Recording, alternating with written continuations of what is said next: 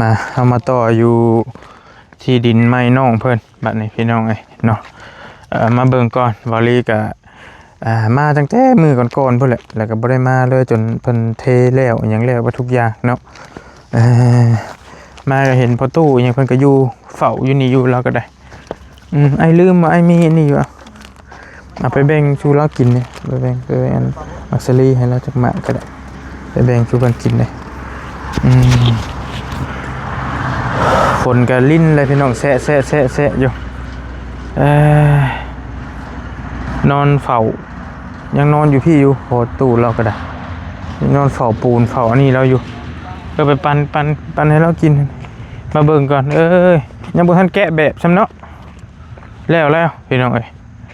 เดี๋ยวจังสิไปคุยเรื่องน้องน้อยเติมอีกสักหน่อยมาเบิ่งอันนี้ก่อน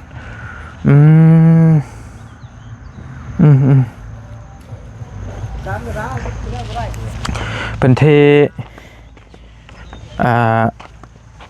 คานหยุดไปเบิดละพอสร้างเพิ่นเฮ็ดก็ถือว่ามาตรฐานคักอยู่แต่ว่าเฮาบ่ได้ก่อตอนนี้ก็ได้อยู่พี่น้องมีแต่เอาดินนั่นแหละเข้าถมบัดนี้เนาะตามทีมงานแจ้งคือว่าได้ยินว่าเบิดทุนเบิดงบแล้วว่าซั่นดอกโตอันเฮ็ดเฮือนน้องน้อยนี่นะหรือว่าอันใดก็ยังบ่ได้ถามรายละเอียดคักก็มีแต่กันนั่นก็เอาหาดินนั่นแหละเข้าไว้ก่อนหาดินเข้ามาถมให้มันเน่นฝนตกก็จังว่าได้เน่นนาเลยนะพี่น้องคักอยู่ดินก็บ่หลายดอกอันนี้บ่รีเบิ่งนี่ประมาณครึ่งนึงของเฮือนน้องอูน้องอีแต่เฮือนน้องอูน้องอีมันสิสูงกว่านี้หลายสูงกว่านี้2เท่าพุ่นเนาะหลายเติบอยู่พี่น้อง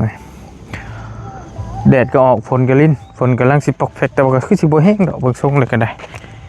ครับอันนี้เพิ่นเทให้เนาะเรียบร้อยแล้วพี่น้องน้ำกอกน้ำอันนี้เฮา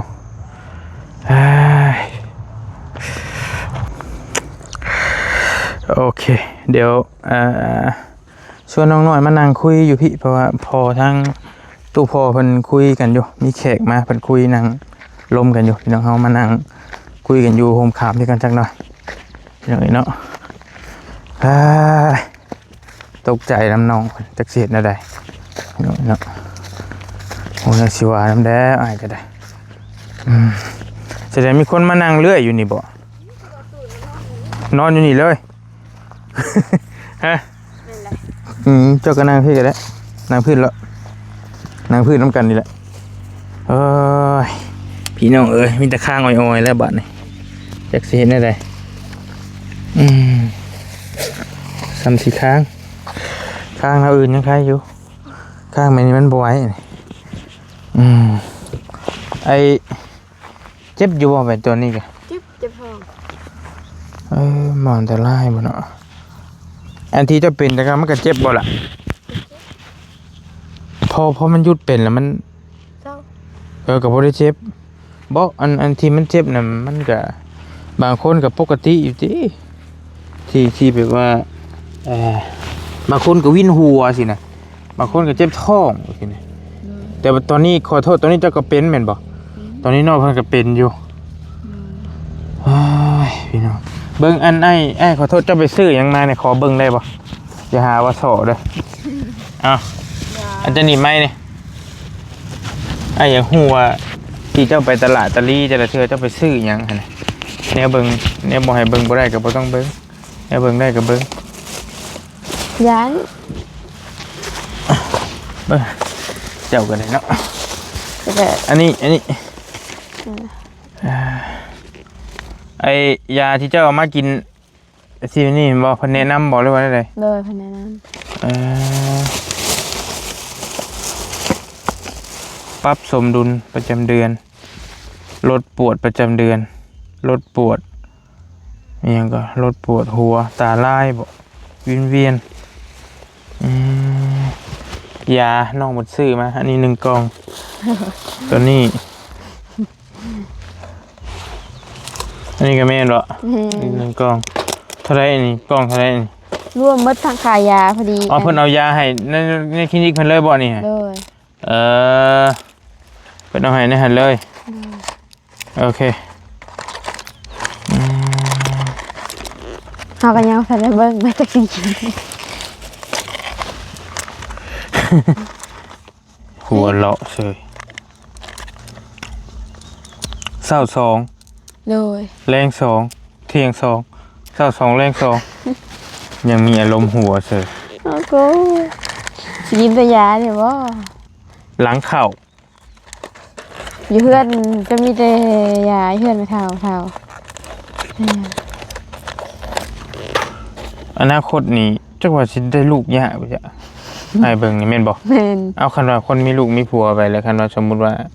มันอุ๊ย ตาย มันอยากดันขึ้นพี่น้อยแซะเนาะได้บ่ยาย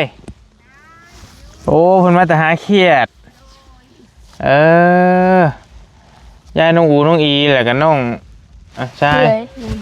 แล้วก็ยายคนหนึงพี่น้อยใช้มาเบิ่งดูหาเบิ่งดู มาเบิ่งแน่ ขอคัดหน่อยหนึงพี่น้อยโอ้ยายเราก็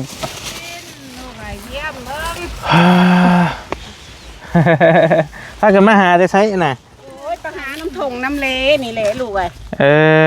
ย โอ้จนเต็มโอ้ยยาโอ้กบบ่ กบ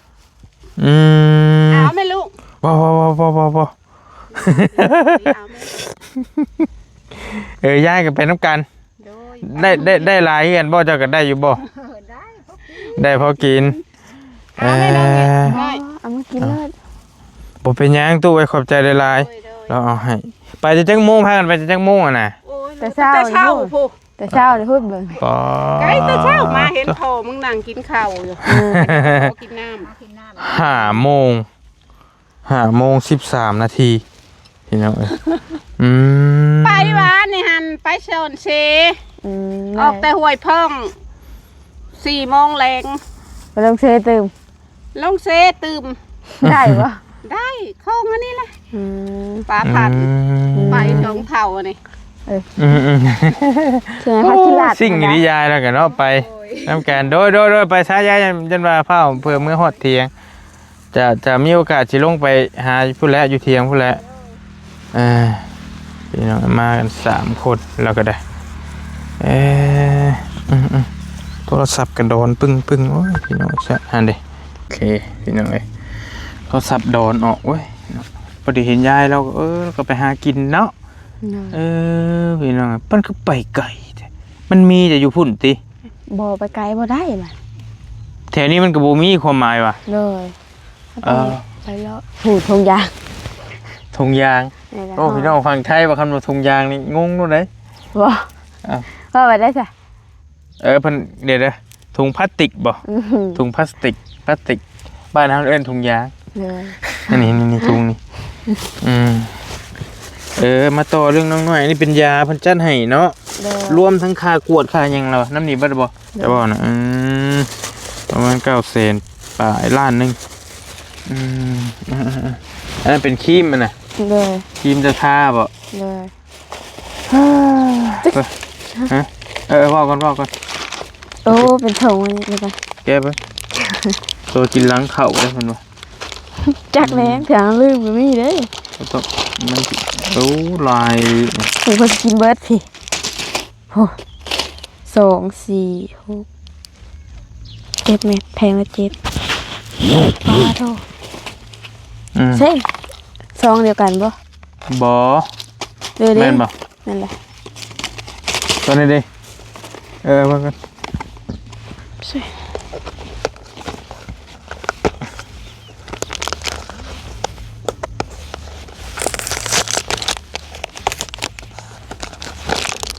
ใช่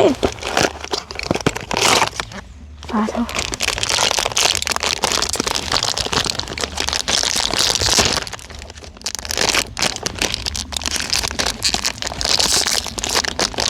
เต้ป้าโทษเพลงหลายตอนนี้ ไล่เรียกกันป้า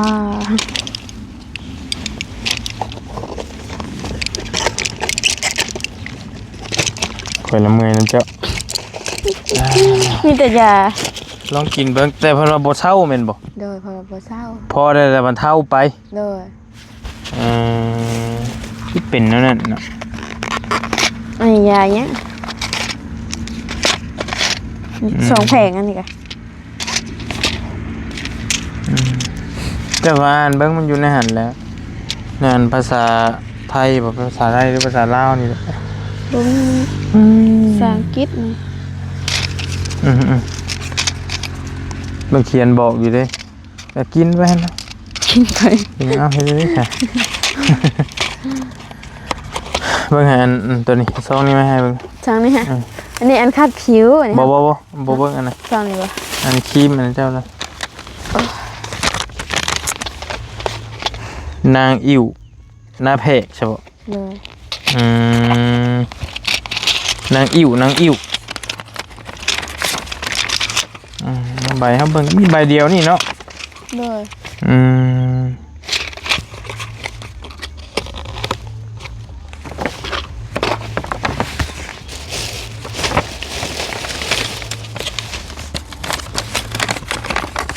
ว้าโธ่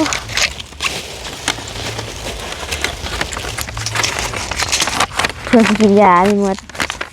ก็ตายข้างเลยเห็น เอาเจ้าอย่าไปอันนั้นมันจื้ออยู่บ่แนวกินนะมันฮะ โบ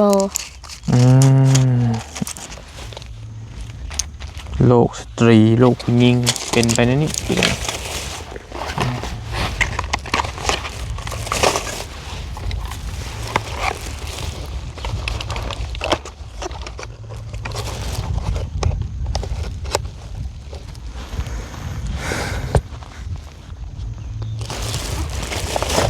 จักสิบอกอย่างน้ำเจ้าบัด แต่ขอคำแนะนำนั่นแหละตื้มนั่นแหละที่ยังว่าที่เนี่ยใดเนาะการรักษาครับก็รักษาน้องเพิ่นสิเป็นไปเนี่ยใดนี่ยาให้เอามุ้งม่วงเนี่ยมากินนี่อันนี้ก็แก้ปวดได้ เลยเขาบอกนี่หมดแล้ว ปวดประจำเดือนนี่รถไอ้ก็มีอยู่ ฮะ บ่ยานี่ได้มันปวดไม่เกณฑ์ปวดประจำเดือนปวดมันกินได้ยาที่ม่วงยาอย่างไอ้ตัวสีไอ้บุญเป็นประจำเดือนแล้วไม่ต้องห้าก็ได้ แต่มันเป็นภาษาอังกฤษจะอ่านว่าเป็นแล้วเป็นไหนกระล่ำอย่างบ่ล่ะ โบ แต่ของพวกนี้มัน ไปเพศนี่คุณบ่ให้ข้าล่ำหรอกคำนั้นเขาบรีหรอเขานอกจากเขากินหักไม้หรอกินเนี่ย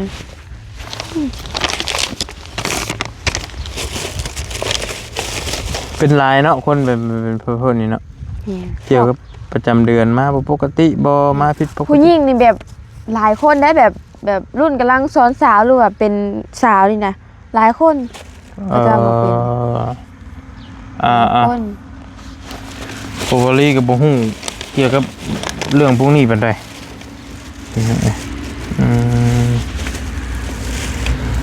เจ้า16บ่หรือ15ลืมเลย16ปีแม่นบ่ไอ้ขอโทษเจ้าเป็นได้จักปี เขาเป็นตั้งแต่อายุ12บ่ เป็นวัยดีเนาะกะอิงตามแต่บางคนนี่ก็เป็นตั้งแต่11ปีบางคนก็สูงเลยเห็นคนในบ้านล็อกร้านนี่แหละบางคนก็เป็นไว้อิงตามแต่แบบเลือดอีหยังเข้าประมาณนี้นะ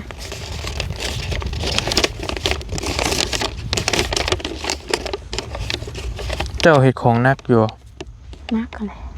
เช่นยกตัวอย่างเฮ็ดหยังอย่างหนึง ตักน้ำอีหยังง้อไม้ง้ออีหยังนี่เลย หามน้ำหุดโมเนาะคืออ้ายไปจังนั้นกันเนาะ โดย เป็นแล้วว่าตอนนั้นก็ ยังไม่ได้เป็น บอกความหมายว่าเป็นแบบว่าเจ้ารู้สึกว่ามันผิดปกติแล้วบ่หั่นน่ะ ได้ คืออ้าว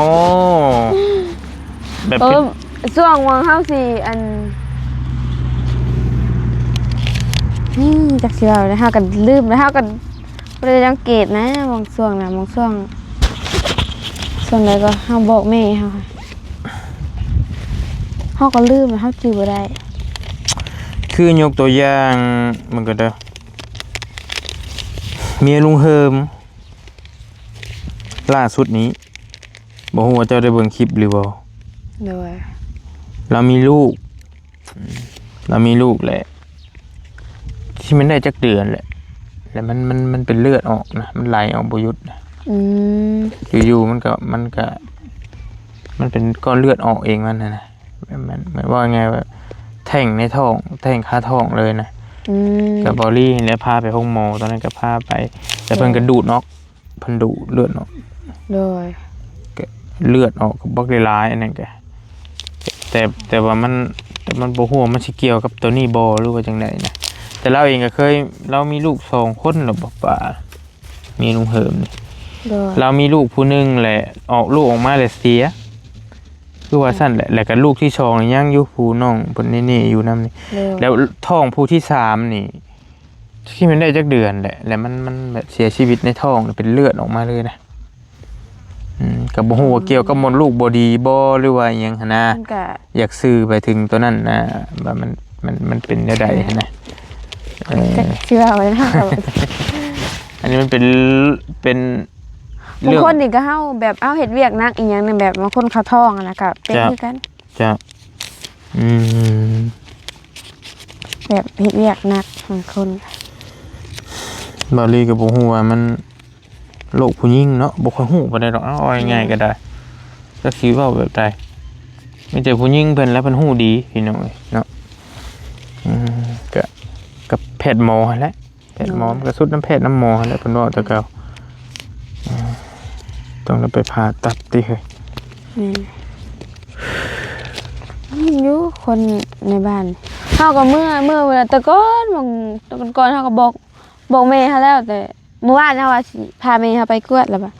ได้ไปมื้อนี้ก็ว่าสิไปชวนแม่แล้วแม่บ่ไปแล้วก็พอดีอันเห็นกระเจ้าอยู่ในบ้านน่ะก็ชวนกระเจ้าไป เติมน้ำมันรถให้กระเจ้าแล้วก็ไปเลยเฮาเจ็บท้องนี่เฮาแบบนั่งนอนอยู่ซื่อก็เจ็บนะเฮาย่างไปนี่แฮงเจ็บแบบมันเจ็บแห้งมันเจ็บแบบโยดลงหั่นน่ะเจ็บจ่องสมมุติลูกอีหยังประมาณนี้แหละเฮาชวนแม่ให้บ่ไปแล้วไปกัน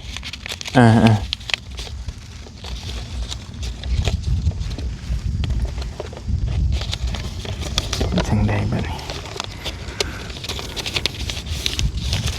กินยาไปลงเบิ่งเนาะแล้วก็จะเข้าไปเบิ่งเด้อในคลิป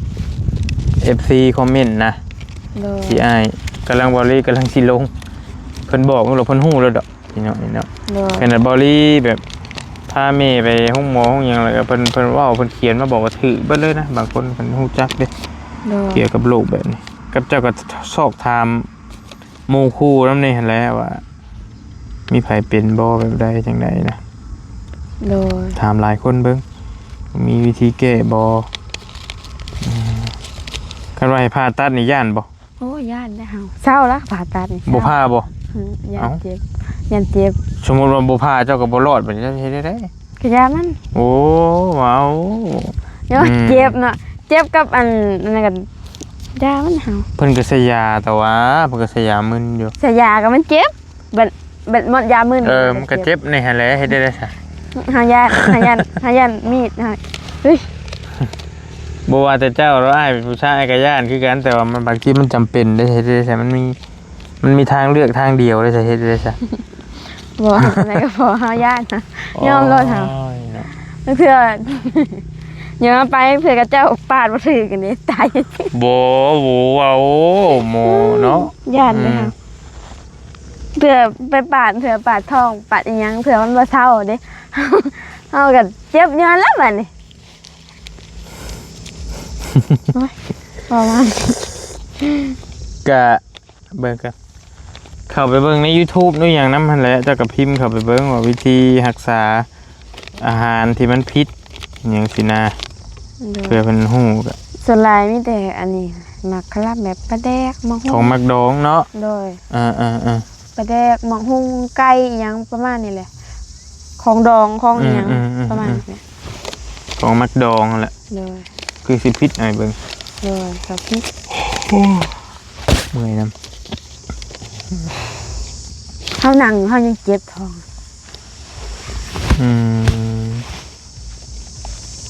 จะสิเป็นเพื่อนนี่สิเป็นหน้านี่ มาเฮือน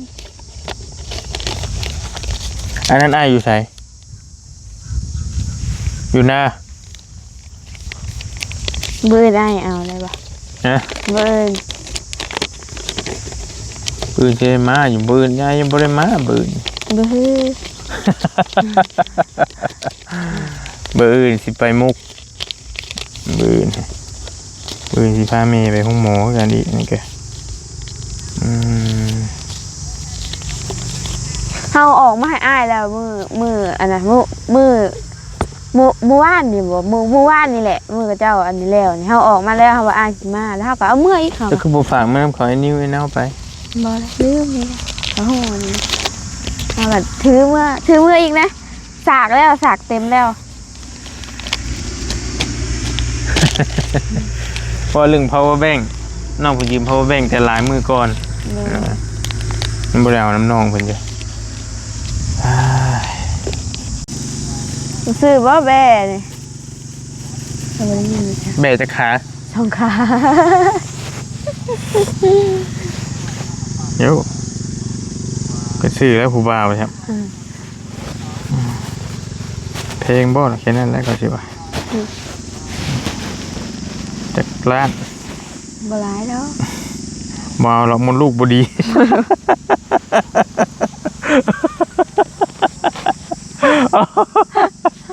โอ้ยไปเลยโอ้ขอโทษนะพี่น้อง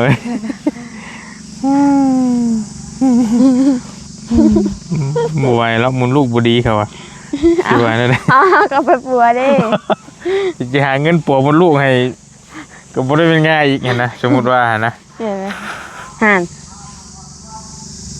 ผ่านเอียงไผ่ชื่อใครอยู่โอ้ยแหลกเล็กมีโทรศัพท์ห้างเหรอ โอ้ อันนี้บ่เลยแล้วก็ชอบกระซ้ำจัง มีอยู่แล้วเรื่องมีแต่บ่ขาย ว่าโทรศัพท์ห้างเลยแรกเลย มีอยู่ โทรศัพท์ เพื่อน นี่เลยแรก แต่บ่ขายนะขายก็ทำให้ฟรีซื่อ แรกกระสอบกระซ้ำเนาะ หัวได้เจ้ากันเนาะ พูดได้กับพัวไปเลยนะฟื้นไป พอ เลยนะ พอมันคืออันนี้ติ นั่นแหละแต่ในอันนี้มันจะว่าเจ็บเบิดแถวท้องค่ะ พออยู่ผู้เดียวผู้ยังไปพูดแล้วบอกมันสิเศร้ามันสิคิดร้ายเนาะ นั่นแหละ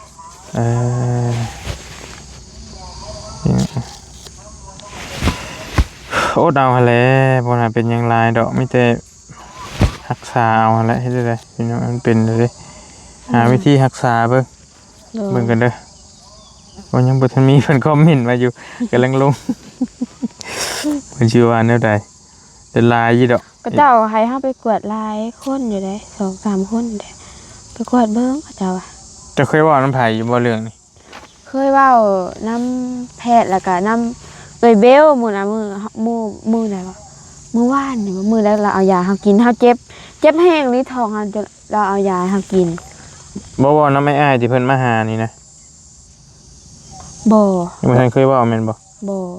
อืม ว่าก็ใส่เอ้ยเบลแล้วก็เพิ่นก็ได้ยินนั่นแหละเพิ่นว่า อ๋ออันแฟนว่าบ่ใช่นะ โดย เออ แล้วก็เว้า เราเป็นอยู่บ่ เป็นแต่ว่าเราก็ลงบอกให้ไปกวดแล้วว่าถ้าเป็นแบบนี้บ่ปกติแล้วอะ เราก็ไปสิเราไปกวดเบิ่งเทื่อเป็นอย่างอื่นแล้วอะเพราะว่าได้เป็นแกะบ่รุนแล้วอะ เด้นี่พี่น้องเขาเรียกมดลูกโตต้องไปตัดมดลูก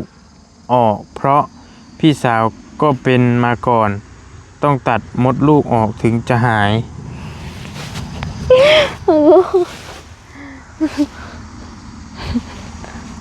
เอาตัดมดลูกออกแสดงว่าเจ้าบุมีสิทธิ์มีลูกตินี่แม่นบ่ ชักเลย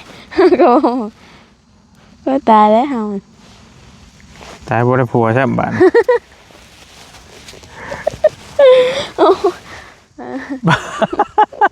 ว่าสาวได้ป่าวว่าบ่ได้พอ เอาอยากได้ผัวอยู่สิบ่ อยากได้แล้วเนาะช่วยอยากได้ เอาตะกี้ว่าคือว่าบ่อยากได้ใช่ เอากับหาผู้ อนาคตสิบ่ แม่นก็อยากได้เพิ่นแหละก็อยากมีคือหมู่คืออันนี้เนาะ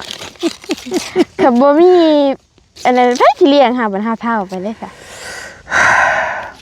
บอกความหมายว่าตัดหมดลูกส่วนเกินส่วนหยังออกบ่ชักหรือว่าใดๆอันนี้จ้ะ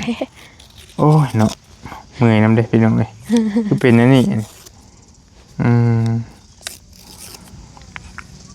บริกำลังลงคลิปไปกี่นี่มีพี่น้องเพิ่นส่งมาบอกคลิปก่อนฮะเพิ่นส่งมาบอกว่าต้องตัดหมดลูกหมดอันนี้ออก ว่าเป็นตาเฮาย่านแท้ ย่านนี่ บ่ย่านได้ล่ะมันจำเป็นเลย มันหักเจ็บอยู่นี่มันหัก ทรมานนั่นแหละกับบ่เฮิงดอก มันเบิดยาเบิดอันนั้นแหละกับมันบ่นั่นก็เช้านะคันเจ้าบ่เฮ็ดเจ้าบ่รอดเฮ็ดได้เจ้าสิเอาเลือดเอาไปเลยคืออ้ายเว้านั่นแหละสมมุติว่าหั่นนะเจ้าก็ลองกินยาไปเบิ่งก่อนก็ได้คันว่ามันเช้าก็เช้านี่ เลยกินยาแล้วก็หาหักไม้ แต่ว่ายาพวกนี้เจ้าบ่ทันเคยกินแม่นบ่ บ่เคยเลยเดี๋ยวก็มีอันนั้นเพิ่นว่าให้กินให้ไปหาหักไม้เพิ่นว่าให้ไปหาหักไม้กิน คนอยู่บ้านนี่ก็เศร้าแล้วอะ กินทางไม้แต่ว่าเจ้าก็ต้องขลํคำแคะนั่นนี่ได้แหละ เลยข กิน ลับ ทางไม้นี่อัน ข ต ลั รา บ ย แล้ว เด้ ก็บ่เฮ็ดเวียกนักกับเจ้าสิได้ อันตรายอยู่เด้จังสิว่านำได้อ้ายก็ได้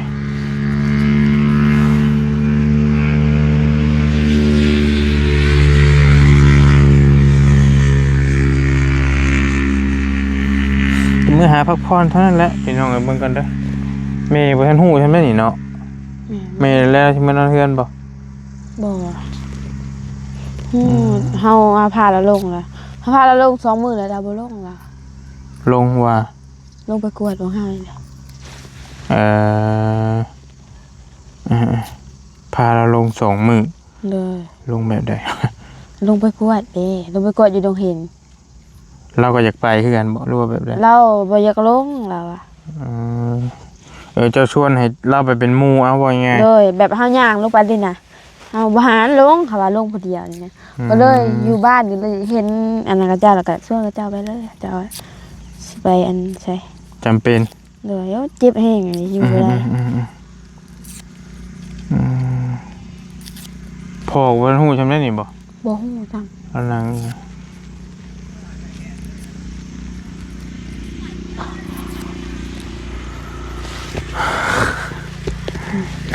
เฮ็ดได้ดินเฮือนดินซ่านเจ้าได้แสนนี่เฮ็ดได้นี่ล่ะไผสิมาเอาเข้าบ่ได้ บ่าวตูนเพิ่นฝากเงินนำเฮาว่า มีอันน่ะถามว่าสิเอาเข้าบ่ว่าลด 300,000เฮาว่าบ่เอา เอา ลด1 300,000 ซองรถก็เต็มแล้วนี่ เลยลด300,000 ย่ำได้เพิ่นสิมาส่ง ยังบ่ฮู้เพิ่นว่ายังบ่โดนดอกเพิ่นอยู่แถวบ้านสาพรนี่นะเพิ่น โอ้ ก็จะว่าเขาสิเอาแล้วก็สิบอกกับเจ้าสิบอกกับเจ้าสิได้ก็มีหลายคนอยู่เอาเพิ่นว่า ซองรถก็เต็มแล้วเขาว่ารถใหญ่ๆนี่ เลย รถ3 แสน 300,000เพิ่นน่ะแต่ว่าเงินน่ะบ่ตูนมอบให้เฮาแล้วเพราะว่าเพิ่นสิขึ้นเสียโปนเพิ่นน่ะสิขึ้นเสียโปนวันที่20โอเคที่19มื้ออื่นนี่เนาะ เลย โอเคเอาไปปะเจ้าไปแล้วนี่เนาะโอ้ยไปอยู่นำแล้ว เลย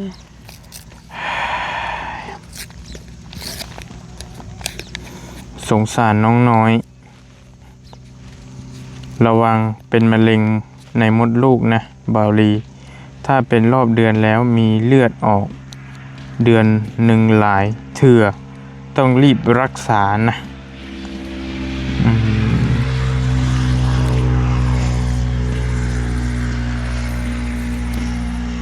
เห็นได้ซะหาวิธีรักษาเอาหลายบ่ไปหลายแห่งหลายเนาะ เลย นั่นแหละไอ้ก็บ่จักได้สิว่านะพี่น้องเอ้ยก็นี่กำลังลงคลิปไป FC เพิ่นก็ส่งมาบอกหลายคู่หลายคนเว้าไปต่างๆนานาต้องไปตรวจให้ละเอียดนะน้องน้อยก็แม่นอยู่ไปตรวจหลายหม่องเบิ่งก็ดีแต่ว่าส่วนหลายมันก็บ่ค่อยอยากพลาดหรอกเพิ่นได้เว้าปานนี้เลย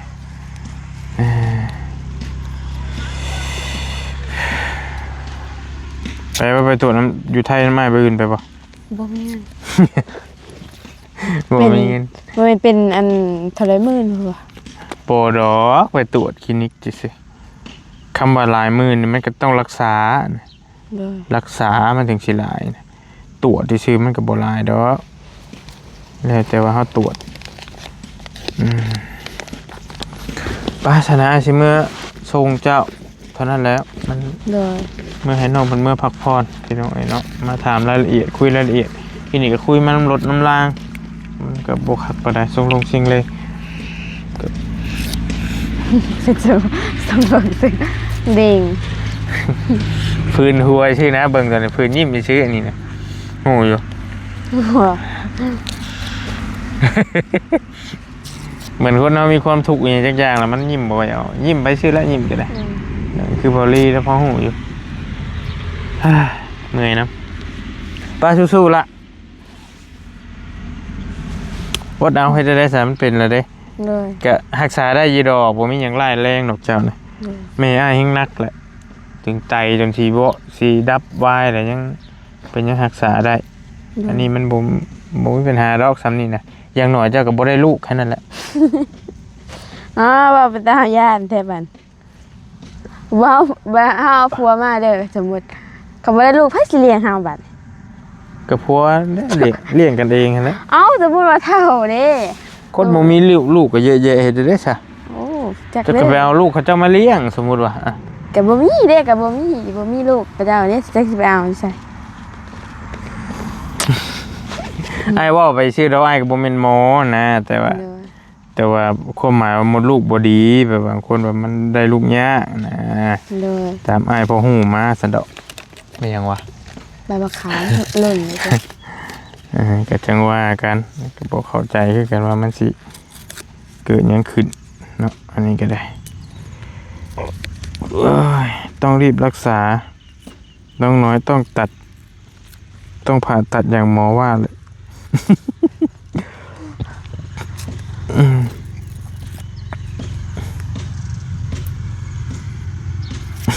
ไปสบายดีล่ะสู้ๆอดเอาเด้อเฮ็ดจังไดก็ได้เมื่อยนะ